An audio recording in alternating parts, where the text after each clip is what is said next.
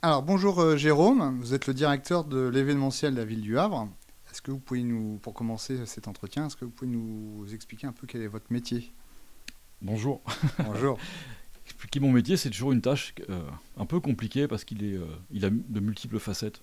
Il y a un côté, le plus simple, c'est l'exploitation d'une salle de spectacle, qui est le Magic Mirror, bien connu au Havre. Et il y a aussi la production de différents temps, différents événements.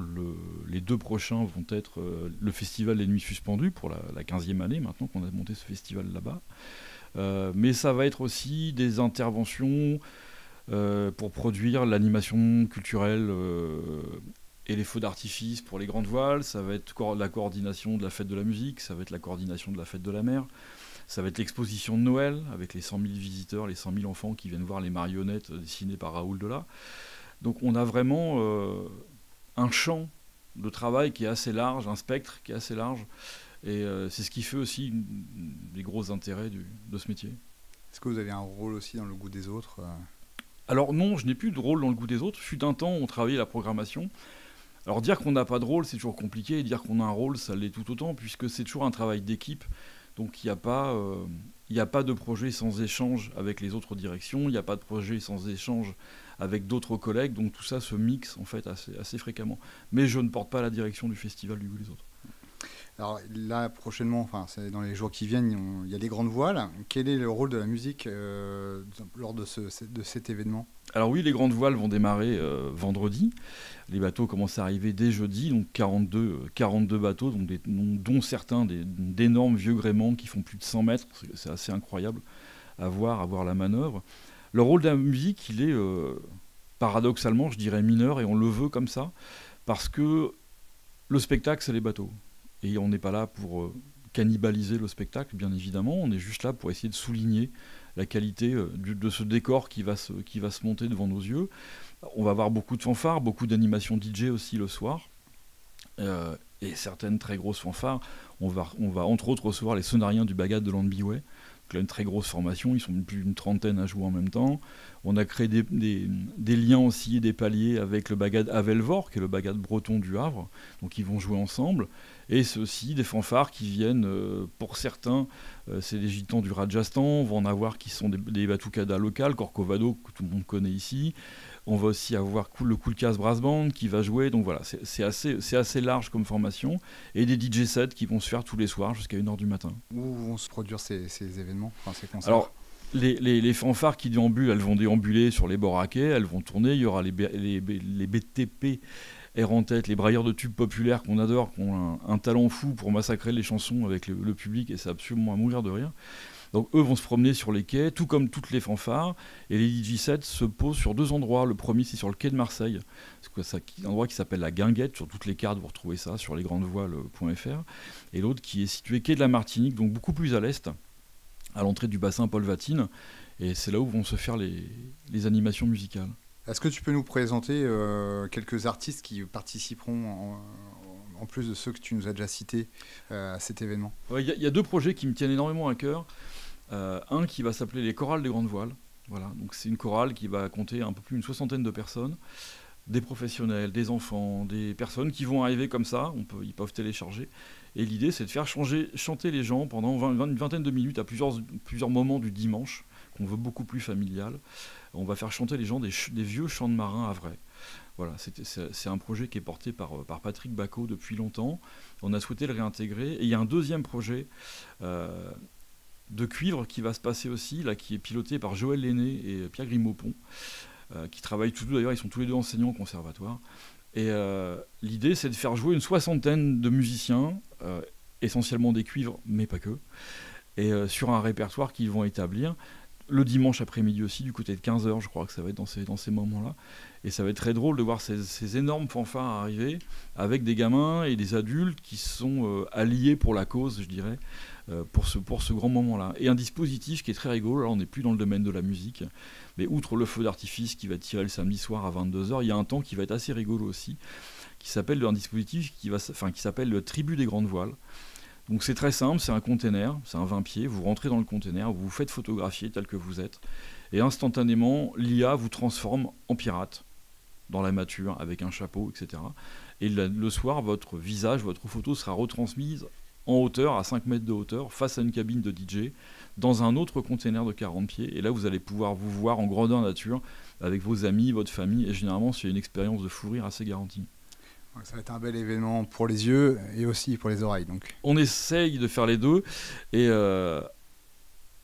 c'est toute l'histoire. Voilà. C'est vraiment d'arriver à conjuguer un phénomène d'animation et un phénomène de contemplation et de visite, puisque tous ces bateaux sont visitables. Alors, l'été va être chargé. Étant donné que passer les grandes voiles, tu enchaînes quasiment juste derrière avec les nuits suspendues. Bon, c'est un festival qui commence à avoir quelques années. La formule a légèrement changé l'année dernière. Est-ce que tu peux nous parler un petit peu de la programmation de cette année ? Oui, on sera pour la 15e année consécutive accueillis. On les remerciera jamais assez par les équipes des espaces verts dans les jardins suspendus. C'est vraiment un écrin incroyable, ils font un travail remarquable toute l'année. Et nous, on a la chance de pouvoir poser nos valises quelques jours, tous les ans, au mois de juillet, depuis 15 ans. Là, ça sera du 17 au 20, on commence le jeudi soir, depuis la 2e année. D'ailleurs, on a pu recommencer le jeudi soir, en partie parce qu'il y avait la volonté municipale, évidemment, de maintenir le festival, mais aussi grâce à des partenaires, et je pense surtout à un mécène, la Slor Sardec, une entreprise havraise, qui a souhaité nous accompagner dans cette opération, et pas en moindre mesure. Et voilà, c'est ce qui permet aussi de la mise en œuvre de ce projet. On a thématisé 4 styles différents. Le premier soir, on est vraiment dans un univers Amérique du Sud, afro-caribéen. On va ouvrir le bal, si je puis dire, avec Léo Midea, qui est un Brésilien, un carioca, qui renouvelle un petit peu le style de la bossa et de la samba brésilienne. C'est chaleureux, c'est joyeux, c'est festif. On va ensuite enchaîner avec un projet qui me tient vraiment à cœur, qui s'appelle The Salmons. C'est avec Baz Baz, donc rocker français, et Kidous High, qui est un des vieux chanteurs reggae, un des papes du reggae en France. Enfin, en France, qu'est-ce que je dis, à l'international. Et qu'on a déjà accueilli d'ailleurs avec le groupe Ina Doyard.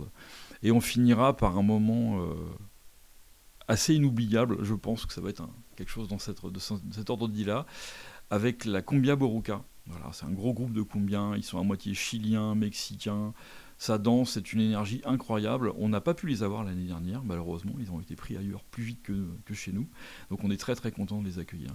Le vendredi soir, c'est un moment qui va être en plein d'émotions, puisqu'on va avoir, on va accueillir les amis de Little Bob, qui va fêter ses 50 ans de carrière. Donc qui a souhaité regrouper plusieurs groupes havrais qui ont fait date. On va avoir les Scamps, on va avoir les City Kids. Des groupes qui l'ont accompagné. Voilà, des groupes qui sont, pour certains même, qui se revendiquent un petit peu comme étant des enfants de l'héritage de Bob sur ces années de rock au Havre. Les François Ier aussi qui seront présents.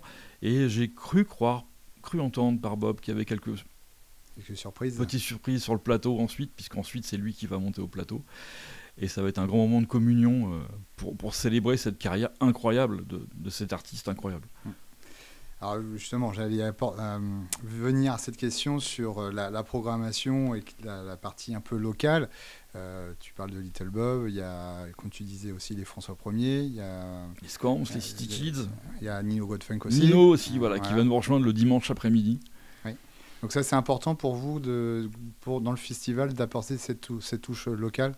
Alors, oui, c'est important, mais il faut pas se tromper d'importance. C'est pas parce que les artistes sont locaux qu'ils passent au festival. Ils passent au festival parce qu'ils ont le niveau. C'est ça. Et on a la chance au Havre d'avoir un vivier d'artistes en musique, mais pas que. Et là, en l'occurrence, on parle de musique, qui sont très talentueux. Et c'est toujours agréable de suivre. Alors, on parle pas des groupes, des City Kids, les Scamps, qui ont déjà une carrière derrière eux qui est incroyable. Mais c'est toujours pour nous très intéressant et joyeux de pouvoir accueillir des artistes qu'on a vu se développer ou qu'on a vu croître sur le territoire havrais, mais pas que havrais, et qui un jour, on se dit, oui, c'est possible. Oui, ils peuvent monter sur la grande scène. Et effectivement, tous les ans, on a toujours 1, 2, 3 artistes de nature différente. L'an dernier, on avait accueilli Ludovic Louis, qui, après une carrière incroyable auprès de Lenny Kravitz, nous a fait le plaisir de venir pour clôturer le festival. On n'est pas dans le même registre, on n'est pas dans les mêmes gammes de carrière. Mais c'est toujours chaleureux de se dire que on a un vivier au Havre, on essaye de le faire savoir. Ouais, et puis là, il y a différentes générations entre Nino, les François Ier et Little Bob. Évidemment, il y a la musique locale qui est représentée c'est assez large, quoi. C'est large, on a même des DJ à vrai qui seront présents, je pense à Vif Argent et Toison d'Or, qui sont un couple au plateau absolument incroyable. Ils ont une culture musicale, moi, qui m'étonne toujours. C'est assez émouvant, mais aussi des collectifs comme Magma, qui est un jeune collectif de DJ, je ne sais pas comment on dit maintenant, mais qui seront présents. Donc on est très très heureux aussi de pouvoir de porter, d'aider, d'accompagner, ils sont autonomes, hein, mais d'accompagner ces réseaux, ces groupes, à la production et le fait d'arriver sur un festival qui accueille chaque soir à peu près 4000 personnes. Donc c'est bien aussi de pouvoir promouvoir cette culture musicale avraise. Alors, il n'y a pas de festival sans mécène ni partenaire. Est-ce que tu souhaites en parler un petit peu ? Quels sont les partenaires cette année du festival ? Alors, il y a plusieurs partenaires et il y a plusieurs niveaux de partenaires. Mais un festival, effectivement, ne se fait pas sans partenaire et ne se fait pas sans équipe. Et avant de revenir sur les partenaires, je voudrais juste saluer l'engagement de mes collègues, parce que c'est quand même un gros travail pour eux au niveau des contrats, au niveau de la gestion de la communication, la gestion de la billetterie, la gestion des bars. Enfin, on ne se rend pas compte, mais c'est un travail d'ombre qui se fait vraiment à la force du poignet. Les espaces verts, le service logistique, enfin voilà, c'est tout un groupement d'individus qui travaillent. Et ça ne se fait pas sans partenaire extérieur. Il y en a un qui est un partenaire mécène, la Slor Sardet, comme je disais tout à l'heure, qui nous accompagne depuis plusieurs années, qui a largement renforcé son partenariat en 2024, qui nous accompagne encore en 2025, et les discussions font état du fait qu'ils seront toujours présents en 26 et 27. Donc on est ravis, on les salue, on les remercie vivement de cela. Parce qu'un festival, ça se fait aussi sous une contrainte budgétaire, c'est des réalités d'exploitation, de fonctionnement, et sans ces mécènes-là, sans l'accompagnement de la région, qui accompagne aussi à d'autres mesures, mais qui accompagne aussi le festival, ça confère à cette volonté qu'a la ville du Havre de produire ça. C'est aussi des partenariats médias, Arte, avec qui on a commencé à écrire une histoire il y a 3 ans maintenant. Ils étaient venus, vous vous rappelez, avec le karaoké Arte Live, avec Aline Afanoukoé, on l'a fait 2 années de suite. Et puis on s'est dit avec Arte que c'était peut-être bien de faire une petite coupure, voilà, de faire un break pour cette année 2025. Par contre, ils ont renforcé leur partenariat média, à tel point qu'on a reçu hier, on était un peu comme des enfants, le teaser qui va passer sur Arte Télé. Ouais. On va avoir des passages sur Arte Télé. Ils nous permettent aussi d'appartenir à leur newsletter. Enfin voilà, c'est un vrai bel accompagnement pour nous. Ça devient un vrai festival national. Ça devient un festival qui essaie de se faire savoir au national. Et on est réjouis, forcément. Alors combien de spectateurs on attend sur ces 3 jours ? Alors l'an dernier, on était un petit peu un peu plus de 12 000 spectateurs cumulés, et je pense que cette année, les chiffres de vente sont meilleurs cette année, enfin de pré-vente, ils sont meilleurs cette année que ceux de l'an passé. Il ne reste plus que quelques passes, d'ailleurs, je me permets de passer l'information. On espère avoir la même jauge, à savoir quasiment plein tous les soirs. On a... Une jauge, justement, c'est combien de spectateurs ? Alors c'est entre 3 500 et 4 000 en règle générale, tout dépend des dispositifs que l'on monte. C'est un savant calcul qu'on établit avec les pompiers pour savoir si on compte telle et telle sortie, comment elles sont comptables, pas comptables, etc. Donc on est sur cette jauge-là, entre 3 500 et 4 000. D'accord, par jour. Par jour. On n'est pas loin des 15 000 spectateurs sur 3 jours. Alors justement, la transition, elle est toute faite. Comment on y a accès déjà à la billetterie et aussi pour se rendre sur le site ? Est-ce que tu peux nous expliquer un petit peu justement les formules, déjà au niveau des tarifs ? Dans les 2 cas, c'est très simple. On n'a rien changé. Voilà, on a réussi à maintenir la tarification, on est sur un pass 4 jours à 45 € ou 25 €, on est sur une place jour entre 15 et 8 €, gratuit pour les moins de 13 ans, gratuit pour les accompagnants de personnes handicapées. On essaie de garder vraiment cette volonté-là, c'est comme la médiation culturelle, on a maintenu ça, on a la chance de ne pas changer l'ADN du festival. Comment y accéder ? C'est tout aussi simple. À pied, ça fait les mollets, vous vous garez du côté de la plage, vous montez la rue Cochet, vous vous retrouvez au jardin suspendu, pas de souci. En bus, très simple aussi. Maurice Genevoix, il y a un arrêt de bus juste à côté. En trottinette, extrêmement simple. On arrive par l'entrée nord, il y a un grand parking, y compris pour l'entrée sud. Et si vous êtes en voiture, il y a 2 parkings qui sont référencés. Le premier, c'est le parking des Jardins Suspendus, à l'entrée nord des jardins. Et puis il y a d'autres parkings non loin. Il y en a un qui est réservé pour les PMR, justement, par l'entrée sud. Et Carrefour Market qui nous accompagne dans un échange de biens. On sait que leur parking le soir est largement plébiscité par les festivaliers parce qu'il est pas loin. Il est très utilisé. C'est ce qui fait aussi le charme du festival, c'est d'avoir ces rentrées différentes par le nord et le sud. Ça a l'impression qu'il y a du monde un peu partout et alors ça arrive très drôle, dans tous les sens. Hein. C'est très drôle au moment où les portes s'ouvrent. On a l'impression un peu de voir comme des petites fourmis qui arrivent. Ça, ouais. Ce jardin qui est immense, hein, le point central est vraiment très très grand. Et ça se remplit. On n'en voit jamais le bout quasiment. Voilà. Et ça se remplit pas forcément devant les scènes. Il y a aussi des lieux pour se restaurer. Est-ce que tu peux nous en parler aussi ? Oui, on a gardé au nord ce qu'on appelle le café musique. Il y aura une caravane swing qui va être là. Il y aura un camion DJ qui va être là aussi. Donc voilà, les gens, dès l'ouverture des portes à 18h, vont pouvoir arriver, se poser, discuter, retrouver leurs amis, parler de la programmation éventuellement ou toute autre chose, se restaurer, boire un verre en musique. Et puis les concerts, eux, démarrent à 19h.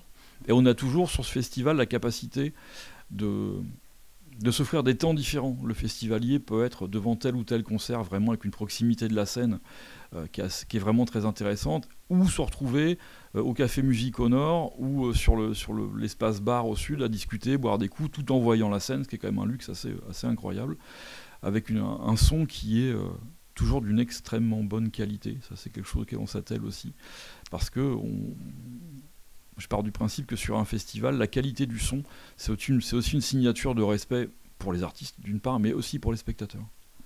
Alors combien de temps ça prend d'organiser un festival comme celui-là, et est-ce que tu as déjà commencé à travailler sur celui de l'année prochaine ? Alors combien de temps ça prend, ça c'est le genre de question auquel je peux pas répondre. Je sais pas répondre à cette question-là, parce qu'en fait c'est un travail de tous les jours. Oui, il y a déjà des options qui sont signées sur 2026. Il y a des options qui sont en cours de signature. Pour vous donner un exemple, ce dimanche de festival, le 20 juillet, on va accueillir Thibaut Covin, qui est l'un des guitaristes les plus titrés de France. Et il devait être là l'an passé, Thibaut Covin. Il devait être là le dimanche. Il devait faire l'ouverture du dimanche matin avec les chaises longues, là, comme les gens aiment bien vivre. Et puis Thibaut, en fait, il part en tournée avec M. Donc effectivement, là, dans ces cas-là, on ne peut pas vraiment lutter. Et il se trouve que Thibaut, il va être à l'affiche cette année. Donc il y a des reports comme ça qui existent. Il y a des artistes qu'on suit parce qu'on sent quelque chose. On sent que ça peut prendre, on sent que ça peut exploser. Et dans ces cas-là, parfois on est dessus, si je puis dire. Parfois 2, 3, 4 ans à l'avance. Avant que les prix n'explosent. Avant que les prix n'explosent, tout à fait. C'était pour ceux qui se rappellent, lorsqu'on avait fait Ibrahim Malouf au Jardin Suspendu, à l'époque de Mosaïque. Aujourd'hui, on ne peut plus se permettre de faire un Ibrahim Malouf. Et c'est pas grave. C'est aussi ça, ce festival. C'est d'apporter aux gens des découvertes, c'est d'apporter aux gens des différents artistes qui seront déjà très connus. Je pense à Brooklyn Funk Essential, les New-Yorkais qu'on est absolument fou de joie d'accueillir, tellement c'est un concert incroyable qui va se produire. C'est pas des artistes en devenir, eux ils sont déjà largement reconnus dans le monde entier. Féfé c'est pareil, voilà, tout ça c'est pas des découvertes. Donc c'est vraiment trouver le bon équilibre. Et après, c'est aussi pour des raisons de conscience écologique, on essaye toujours de trouver des artistes qui sont en tournée pas très loin de chez nous. C'est un peu fini l'époque où on faisait venir, alors ça n'a jamais été le cas à notre festival, mais de plus en plus les festivals de France évitent de faire venir un artiste pour une seule date du bout du monde, parce que c'est un impact carbone qui n'est pas intéressant, parce que c'est des coûts qui ne sont pas intéressants. Donc on essaye tous de plus en plus de travailler Oui, et puis ça pourrait aussi un impact aussi sur le prix de la place, tout simplement. Et inexorablement, ça a un report sur le prix des places. Et c'est pour ça que nous, on veut garder, la ville veut vraiment conserver cette capacité à tout un chacun, si je puis dire, à venir au moins un soir, profiter d'un cadre exceptionnel, d'une programmation qu'on espère réussir. Alors, qu'est-ce qui te rend le plus fier sur cette édition 2025 ? Le plus fier, c'est d'arriver à la faire. Voilà, c'est d'arriver à faire cette programmation, d'arriver à faire ce festival. Ça, on est fier de l'engagement des bénévoles, on est fier de l'engagement des techniciens, des artistes, toutes les entreprises qui travaillent avec nous.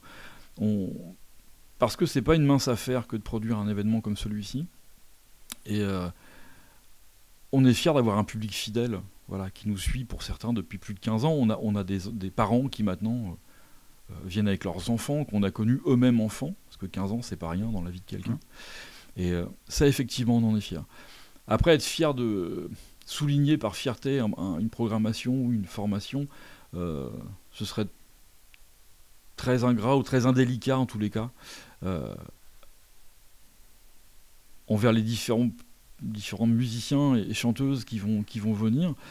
Donc non, au global, on est fiers de plein de choses. On est fiers de pouvoir célébrer les 50 ans de carrière de Little Bob. On est fiers d'avoir un très beau plateau rock à vrai. Puis quand je dis très beau plateau, je pèse mes mots. Ça va être génial. C'est des choses incroyables. On est fiers d'avoir les Brooklyn, on est fiers d'avoir Thibaut Covin, on est fiers aussi d'accueillir Nino qui va faire, je pense, sa plus grosse scène. On est fiers de tout ça, effectivement. On est fiers d'arriver à monter ce type d'expérience parce que c'est vraiment une aventure. Alors merci Jérôme. Alors j'invite donc les gens à se rendre sur le site internet de la ville du Havre pour découvrir toute la programmation. Vous pouvez la télécharger aussi sur le site du Boulevard des Artistes. Vous pouvez retrouver les interviews également sur le site du Boulevard des Artistes en partenariat avec le Gattaca Studio. Et je voulais te remettre aussi un objet qui te revient de droit, le disque du Tribute Dao. Voilà, tu fais partie de cette aventure. Sans le Magic Mirror et votre équipe, il n'y aurait pas de projet. Donc voilà, je t'invite à découvrir les morceaux, mais cette fois-ci en studio et pas en live. Et tu vois, tu parlais de fierté, s'il fallait clore quelque chose, c'est peut-être aussi ça, c'est de pouvoir aussi accompagner des partenaires comme vous, là c'est vous qui nous accompagnez en termes de communication sur des différents événements, mais c'est aussi ça la volonté de la ville du Havre, c'est de pouvoir accueillir des structures, des projets dans une salle qui est, à tout égard, je trouve très épatante, qui est celle du Magic Mirror, évidemment. Et on est content, on est fiers, peut-être, de concourir à ce genre de projet, effectivement.